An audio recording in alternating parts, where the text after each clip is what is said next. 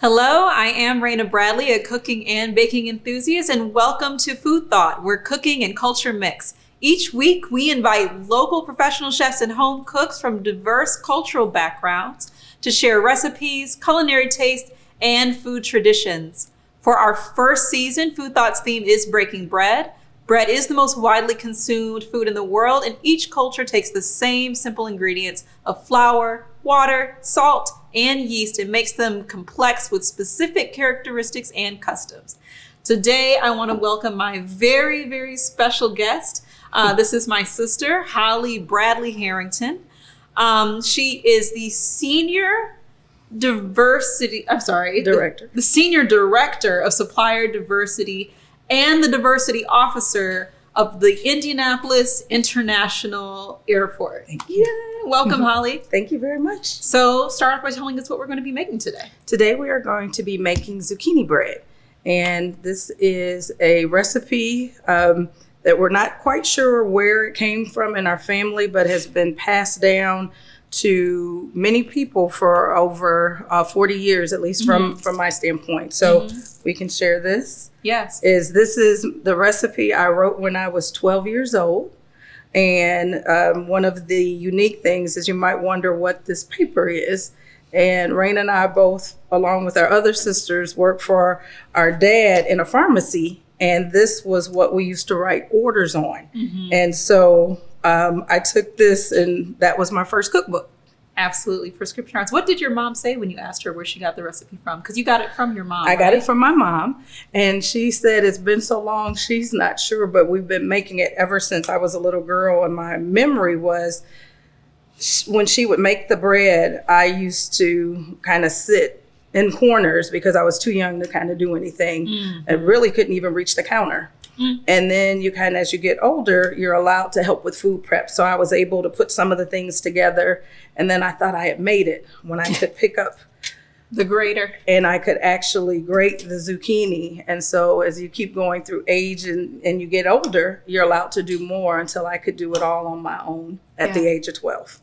We were talking about it yesterday, and I just remember it was so funny. You said, I asked her where she made zucchini bread, and she started talking about shrimp Creole. Yeah, because she could remember where that one came from. She could not remember where the zucchini bread recipe, but she told me where the shrimp Creole recipe came from. So sometimes when you get older, and at 54, I tell people what I know versus what they want to hear. Awesome. So, this is a weird question because we're sisters, but do you want to explain a little bit more about our family? I know we're going to be blending recipes, but we're blended in a way ourselves, right? Yes, we are a blended family.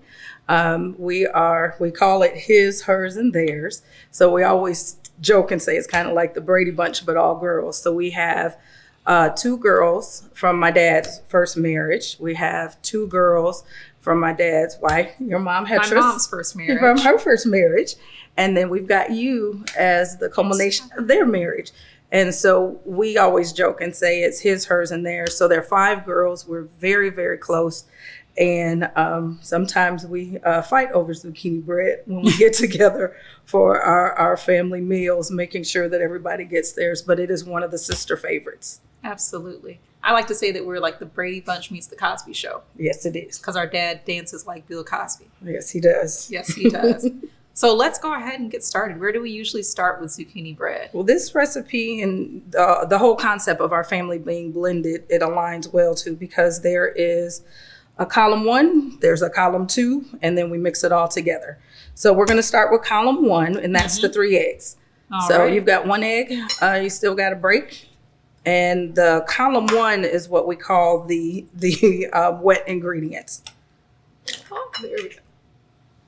Awesome. So we got 1 egg. 1 egg down. So you take all 3 eggs And then you can pour those into the sugar. All right, this feels like Russian nesting balls.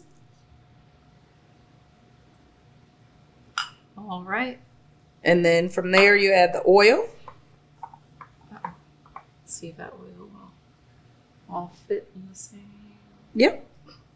Kind of like our family. You've got to figure out how to fit one of our jokes. Our age, there's a big age span. So the oldest is 58. Yes. And then you are, I'm in denial, 37. 37. And so we grew up and we all could fit in the back of a 69 Jag. Oh, the 4. Yes. Mm-hmm. Yes. And I hear the Jag, was that the vicious wagon? No, the Jag was a little coupe Jaguar that Dad got in inner city Detroit. So it was pretty cool. But so what about now the vicious wagon? I heard about that. Yeah, the vicious wagon was a wood panel station wagon that all of us had the privilege of of using. All right, so we got the 3 eggs. You've got 2 cups of sugar. There was 1 cup of oil, and then what you can do is just pour all that into the zucchini, and then you can use the other spatula to mix it. Okay. Let me bring this over. Thank you. And to the zucchini we go. Yep. Oh, so a lot of people like nuts, but you want to tell them why I don't put nuts in my zucchini bread? I am very allergic to nuts.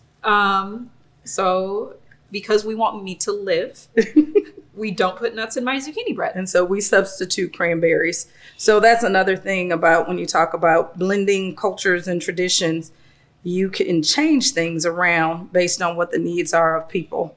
So just about how much zucchini did we just pour that egg and sugar mixture into? Well, we had a jumbo zucchini courtesy of a garden, and that's one of the things that causes me to cook zucchini bread. So somebody just happened to bring one by this week, but we add 2 cups of zucchini in there. All right, then you can pour the cranberries in, and I'll start on this side. So that is column 1.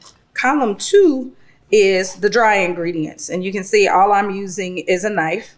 And what we do is we've got the flour, we've got a teaspoon of salt, and this is the easy part. We have 1 teaspoon of baking soda, and I always tell people don't mix up your baking soda and baking powder. And then we have 1/4 of baking powder. And then we've got 3 teaspoons of cinnamon. And so when it comes to zucchini bread, where do we normally eat the zucchini bread? Well, typically, our tradition is any family gathering. Historically, we've typically done it for Thanksgiving, Christmas, sometime Easter, over the summer when you do barbecues. It's just a favorite food. And I think we pretend that because it's bread and not cake, that it's actually healthy because it's zucchini. And that's one of my favorite stories, with the boys, is when I first told them about zucchini bread, they didn't want it. So now we can blend. Okay. And there's a secret. Oh, vanilla goes in yours. Very good. Of blending this. If you blend it wrong, it can be really dry. So I always say you put the dry into the wet. But the boys, because they saw zucchini, they would always be like, I don't want it. Yes. And the boys are your 2 sons. I have 2 sons and a daughter. Yes. Now my daughter will be 29 this year, and the boys are 21 and 19. So they didn't really, she loves zucchini bread. The boys didn't. And so they didn't like it. One day you know how kids eat off of your plate? They ate off my plate and said it was really good. And that's when, as they got a little bit older, they started eating zucchini bread and then helping me make it. And the news was broken to them that was the zucchini bread they'd never tried the whole time. Because it was nasty because it had vegetables in it. Yes. Now you in particular, I think most of our sisters cook. I won't say which ones don't. Most of us cook. But you in particular, you always have like a house full of people and food. Would you talk about why is that? When did you start cooking and I guess loving people with food? Yeah, that's a great question. I would say it started when I was a little girl. just watching my mom in the kitchen. And it's an art that you don't see as much as you used to, but women would come together and cook meals. There was, in the African-American culture, Sunday dinner was a big deal in addition to what we usually would do on holidays.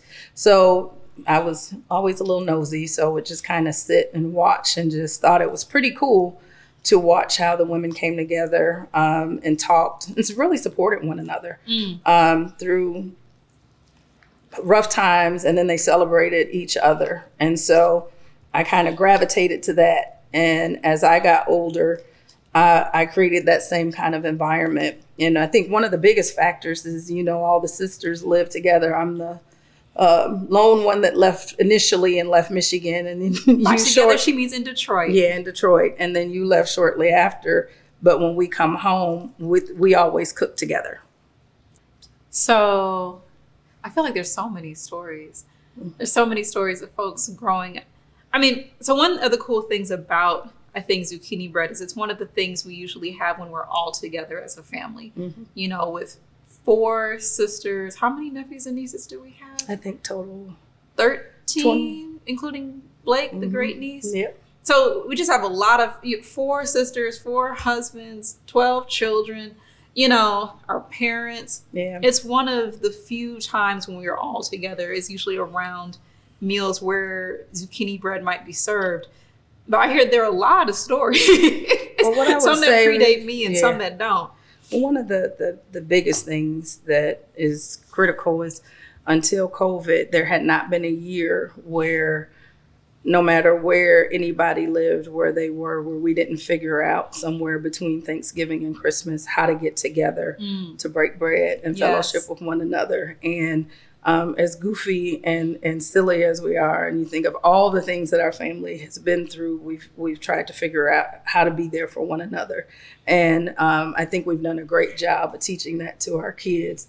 And so just a few weeks ago, I went home with the boys and the stops we made to see and spend time with the cousins, even though we're far apart, we're close at heart. And I think the annual meals that we've had together, where we're in the house together for hours. The sisters are typically in the kitchen. The brother-in-laws are out on the porch, and the kids are Lord knows where, doing Lord knows what. But that has been able to keep us together for years. Absolutely. And it's a blessing. Let's talk about some of those family stories. Is there any place in particular you want to start? Yes, I would say we would start from our beginning. We were talking about blending bread, and being blended didn't start with our family. If you think about your mom's family was blended, my mom's family was blended, as well as dad's. And even the way Dad grew up. Yeah, so when I was young, I remember going with your mom to meet your, I think it's your great grandma Trudy. And she actually taught she me. Was something else. She taught us how to crochet while she would be in the kitchen cooking. Yes. To keep the girls busy. We all got a crochet needle, and she taught us how to make flowers. So making, food and other things. There's just kind of in our culture, and I think that kind of kept the kids close to the adults in a way that they could keep an eye on us and keep us out of trouble. Yes. And that has allowed us to do a lot of great things. Trudy used to have a whole half a cow hanging in her basement. I remember that. And make her own soap. She was phenomenal. Yeah. And then we, of course, can't forget our other grandmother in Texas, Little Mother, and her tradition of food and faith. The sakatumi cake. So yes. It's not bread, but it is cake. And that's something that we all love. I went to see her a few years ago. And how old is Little Mother? Little Mother is 103. Yes. So, and she still drives. Lives by herself. And lives by herself. And teaches Sunday school. And on her 100th birthday, when we went, she told everybody, to meet her. And I was like, well, can I ride with you to church? And she told me, no, I have to pick up the girls. The old ladies. The old ladies. And so it's just amazing to see what people can do. And when I went to visit her, I got to her house at 7 p.m.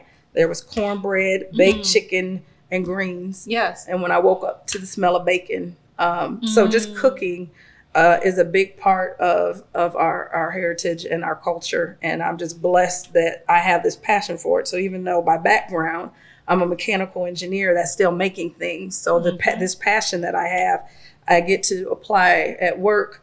But also, I love making food and inviting people over. So when you think of Dad, I think one of our funny stories is if you think about bread, of him burning his mouth and his hands, trying to be the first one before we could even get butter on it is one of the memories. And you always talk about him and what he calls crust. The crust. Crust on bread is burnt bread, and rice, but that's what our dad loves. Yes, the crust on the rice, and Dad made the crust seem like a delicacy. But that's a tradition we let him keep to himself. Yeah, we don't like burnt bread and burnt rice. When I was younger, I'll admit that I liked it. I liked to like the crust right along with Dad because he made it look cool. But so how do we avoid the crust on our zucchini bread? So to avoid the crust on the zucchini bread, you just cook it at 300 degrees for an hour, and you'll actually start smelling it. So when you start smelling it, that's when you know it's time to take out. And then the good thing is there's oil in here. There's always things in life that helps you not have too much heat. So this recipe is actually 2 loaves, but we're only going to do 1 loaf today. So that's about half the batter.